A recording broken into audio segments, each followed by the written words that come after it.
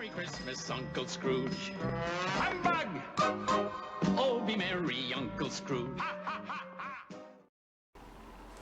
Welcome to the Christmasing, Day 8. Do you know what Isabella Rossellini's version of Christmas Carol in Green Porno would have been called? No.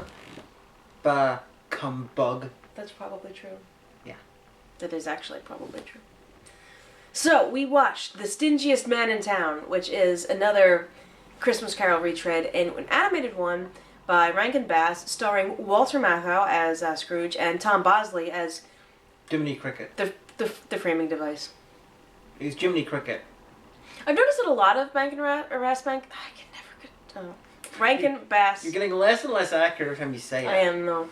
Like, animated specials will have a small diminutive framing device. A small male diminutive framing device. I'm a rat and the thing. And There was the mouse in the Mayflower. Yeah. And he's like, let me tell you about my ancestor, mouse. It's a different mouse. A different mouse. Instead of just starting off with that mouse, we have two separate mouse. Alright. He's voiced by me somehow. In the past. It's so much simpler if I just started off with the mouse on the Mayflower instead of a Being modern day me. mouse. And then there's 'Twas the Night Before Christmas, where I'm the father mouse of the family. I'm the framing device. This one we had I'm so disappointed my son is smart. Yeah. This one we had Tom Bosley, who, if you don't recognize the name, He's the guy from the Charlie's Angels. Yeah, was the father from Happy Days. He played Sheriff Amos Tupper in Murder, She Wrote. He was also Father Dowling on the Father Dowling Mysteries.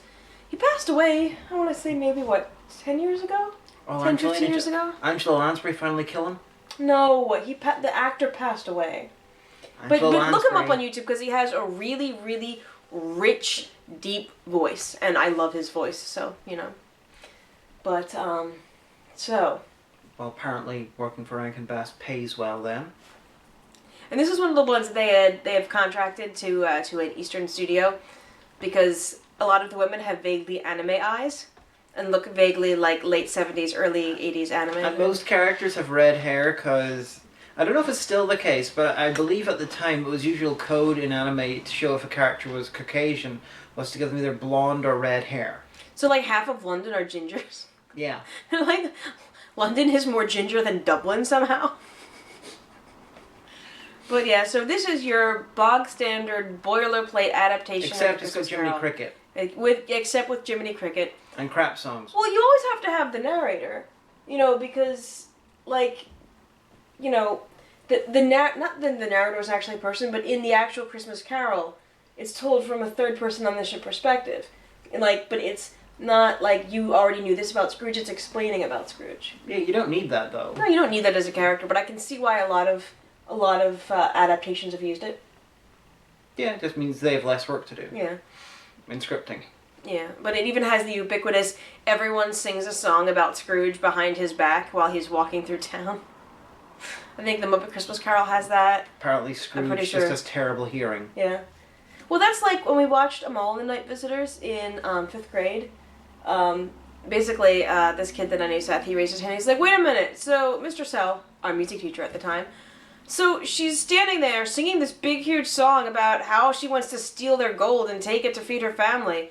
Why don't they just, like, wake up and hear her? She's singing so loud. And he had to explain, like a dramatic aside and an aria that, like, you know, you're supposed to assume that no one else can hear you. It's a theatrical convention that doesn't quite work in film, and if you're not familiar with it, it confuses you. Yeah, I think that was really well lampshaded in Rocko's Modern Life, for all things, where, like, they all sing a song about recycling and spring cleaning, and it's, like, perfectly choreographed and everything, and he's like, how did everyone know the words and all the dance steps? And Heifer says, well, we've been practicing for months. There have been signs up. We met every Friday at the community center. Well, I came to a conclusion while watching this, because, you know, I don't know if this is the first Christmasing episode you've seen. If so... The Christmasing.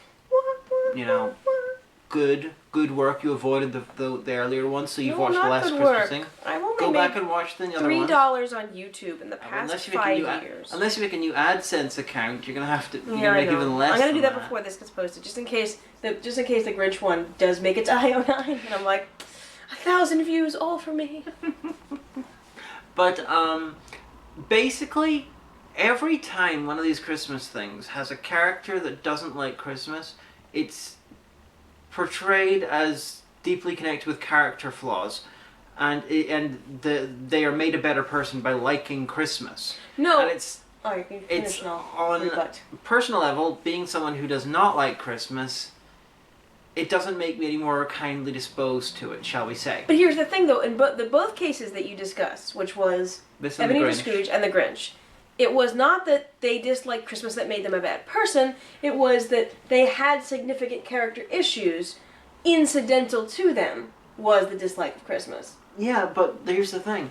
When you've got enough things, it doesn't really matter that the thing that the common component of them not liking Christmas isn't the thing that makes them bad. It's like you got a bunch of films and they've all got gay people who are all bad, and the fact that they're bad has nothing to do with them being gay, but it's still a negative trope. Yeah, but I don't think you can accuse A Christmas Carol of tropism because it is the exemplar of the trope. It started the trope.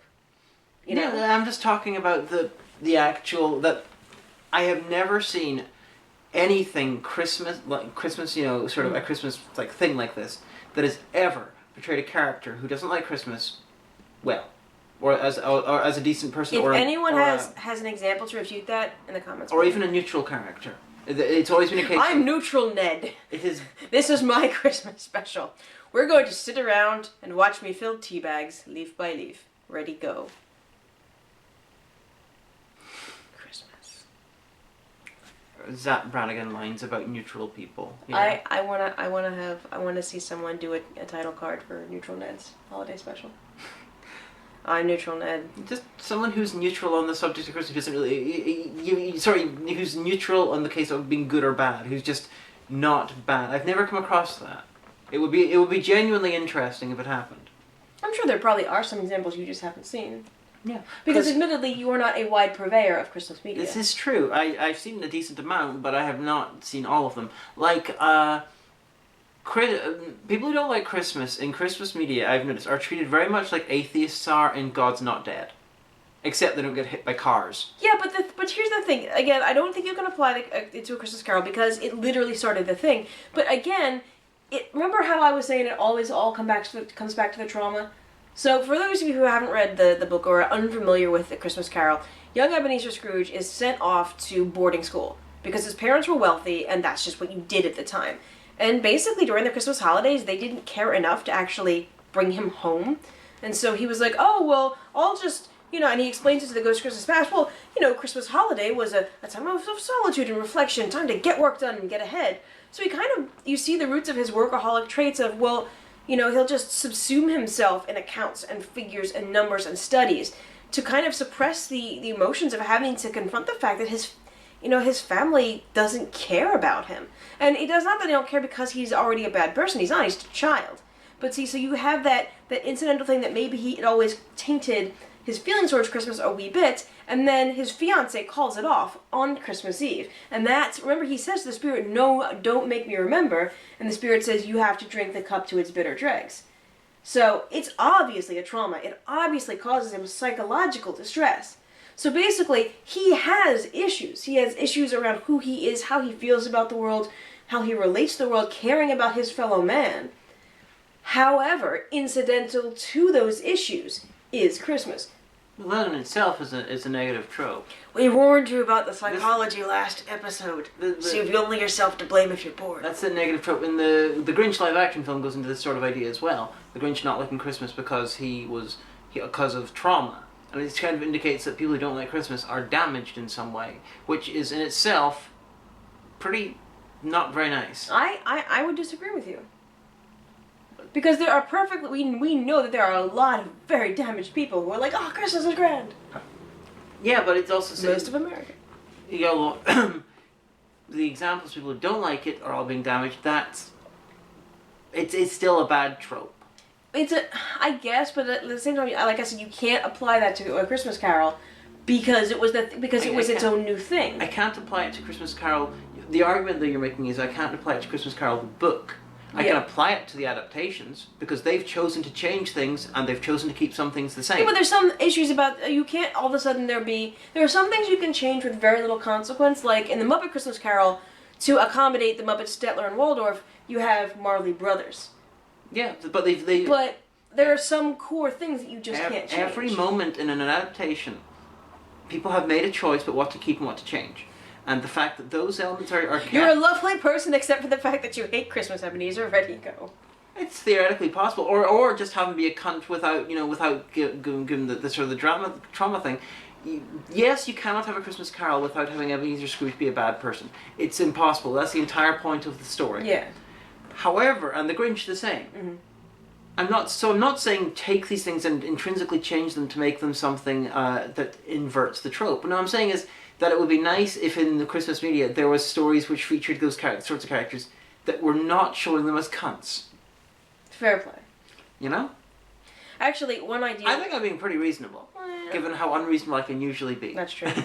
I mean, one idea that we did float while we were watching this was maybe next year I'd like to, because this is all TV specials. Because I said on Twitter, any guesses what we'll do for Christmas Day? And a lot of people were suggesting movies, but this is only going to be TV specials. Where I was floating the idea of doing movies next year, but then you had an idea of just 12 different Christmas Carol adaptations. Maybe not 12. Because I don't know. It's not even. You don't need to do 12 because they're feature films. But yeah, a bunch of different adaptations of A Christmas Carol. Because then we have the baseline of the story. 12 films a leaping. And we can compare and contrast the changes they've made. It's an interesting way to analyze the story. I did that once when I was in my early 20s. I watched a whole bunch of them and I wrote down like which ones had the gravediggers and which ones didn't and stuff like that. And it's like I love weird Shakespeare adaptations. Because you have the baseline of you know what the story is, the Shakespeare original, and you can see the changes. And it really allows you to concentrate on the other things that are not the script. Like when there's a girl with deer antlers and sticks for arms. Yeah, like earlier Julie this year. Taymor. Earlier this year, I bought 3 different adaptations of Macbeth on the same day. The Fassbender one, the Ian McKellen, Judi Dench stage one, and the Jason Connery one with, I think, Kate Beckinsale. So I bought all those 3 because I was like, oh yeah, I'm going to Macbeth out. And it's fascinating. So we have a bunch of Christmas Carol adaptations. I mean, like, my personal favourite is the George C. Scott one. Mm-hmm. There's Scrooge, there's the Alistair Sim one, there's the Muppet one, there's... Disney, there's Mr. Magoo. There's the Jim Carrey one. I can't stand Mr. Magoo as a... The Robert Zemeckis Jim Carrey one, which I've never seen, which is apparently terrifying because it's dead-eyed CGI. I'm pretty sure there's probably one that's before the Alistair Sim one, but I don't know off the top of my head. I'm sure if we actually Googled it, we could come up with a whole bunch of different ones. But I don't want to do it make it 12 because each one's a feature film, and that takes a lot of time to watch and do the vlog. Well, then Mickey's Christmas Carol is only 25 minutes. Okay. Still less than 12, I think. Yeah. Well, we'll figure something out. Because Scrooged is great. Simply because... It's got Bill Murray in it, though. I never understood how to feel about Bill Murray, you know? Like, is he a good person, like, in real life, or is he not? I've heard conflicting stories. I like Scrooged because, again, you're able to look at the differences and how they updated it for the late 80s. He's like someone that hasn't realized that the 80s ended. Okay, keep going. And, especially with the spirits, how they updated them. I mean, like, the first one was this loudmouth taxi driver. Second one was this ballerina fairy type who would beat the shit out of him. And the third one, my favorite, is my favorite version of the Ghost of Christmas Future, who is basically the long, tall, death figure, but has a television screen for a face because it's the 80s and he works in TV. And television will kill us all. That's what Max Headroom says. That's great. And his version of Marley was this, guy, his mentor who had died on the golf course. So he was basically a desiccated husk dressed in golf gear. I like it. It was a good update. Okay. In fact, I want to see a new update of Christmas Carol starring someone who's clearly, Donald Trump with the serial number filed off. Yeah, but Donald Trump has no soul. There is no redemption for him. Although Epic Rap Battles of History did that, but that's not what I meant. I want to see somebody who's inspired by Donald Trump, because that would be a perfect character to do to morph Ebenezer Scrooge into. I don't agree. The thing with Ebenezer Scrooge is he was redeemable at the end. Like he realized, I think it was a combination of several things. Like he was told by Marley, this is how I've suffered in the afterlife. You need to repent or this will be your suffering as well. So it was, that, but then he also gained pathos by understanding, himself and how he needs to relate to others, Well, with Trump, you got, because it wouldn't actually have to be Trump, but because clearly No, you I couldn't know. do a thing about Trump. But even actually, He'd whine on Twitter. but actually, the real life Trump, you can have the possibility for pathos. Because have you read some of the interviews with him? No. Like one of the things, care to. this is the greatest quote I've ever heard from Trump in an interview, which was, he doesn't like to stop and think about what he does because he doesn't like what he sees. I find it That's suspect that he would that's make a- such a not an unvarnished, but would say something that would make him seem vulnerable. That was an interview done around the time he decided to run for president. I can't remember what publication, and that's a paraphrasing of the quote. I believe you, but I find it hard to believe that he would say something that would make himself sound vulnerable. Well, but anyway, he did say he doesn't like what he sees, when thinking about himself. yeah. Well, this was a 50-minute one, and the only problem with that is the fact that everyone had a song that they had to launch into. Yes. Like, everyone did. There was a big long song about the Nativity, which I don't recall being mentioned in Dickens, but it's been a very long time since I've read the original, so I might be wrong. This one had the Ghost Christmas Present being traditionally giant and green, basically being the Father Christmas, who at the time the book was written was a separate character from Santa Claus. Yeah, I had no idea that this was the case until, it was a few months ago you told me that. Yeah. Yeah, it was when we watched Lion the Witch and the Wardrobe for notes. Oh, yes. Yeah. Because, I just thought that was the quaint English way of saying Santa Claus is Father Christmas. yeah, it was at some point, just for the audience, at some point during the, I believe, 20th century, the English character Father Christmas and this Americanized version of Santa Claus sort of merged into one. And now they're used interchangeably, but Father Christmas was the larger-than-life, boisterous, sort of wearing fur, but traditionally it was and green a holly fur. wreath. And so you can see what elements of Father Christmas ended up in Santa Claus. See, I always thought, seeing the Ghost of Christmas Present thus portrayed, he was meant to be like the elderly green man about to die at the winter solstice, so the world can be reborn with spring. That was probably the origin of Father Christmas. Probably. The pagan-y type origin, yeah. Woot. Go pagans. I don't know. But, yeah. Although traditionally Father Christmas, I don't think he had a white beard. I think he had a black or brown beard, usually.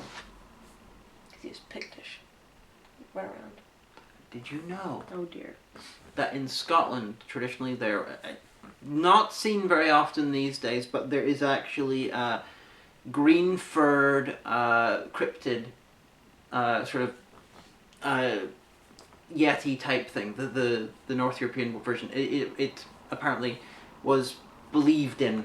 Let me clarify. I do not believe it exists, but Scotland has a very little known and very little seen version of Sasquatch or Bigfoot or whatever, What's it and called?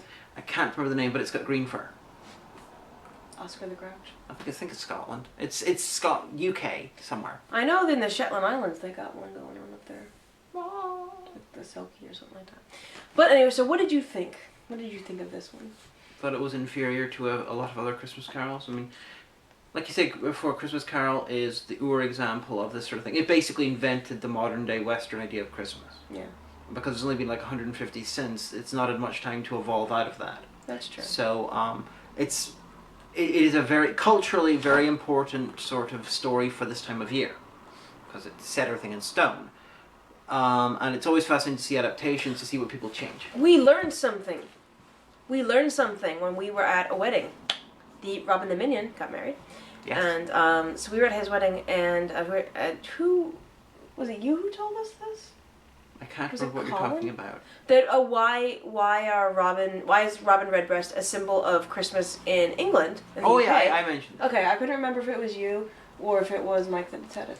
Yeah, this is, if I remember correctly, the Robin the Red, because in the UK, it's on Christmas cards, Robin Redbreast, the little bird, is quite often a Christmas symbol. I had no idea that this was a thing. And this is because Victorian postmen wore red uniforms, and they were nicknamed Robins because of it, because Robin Redbreast, actually they have orange chests, but at the time, red and orange were used interchangeably.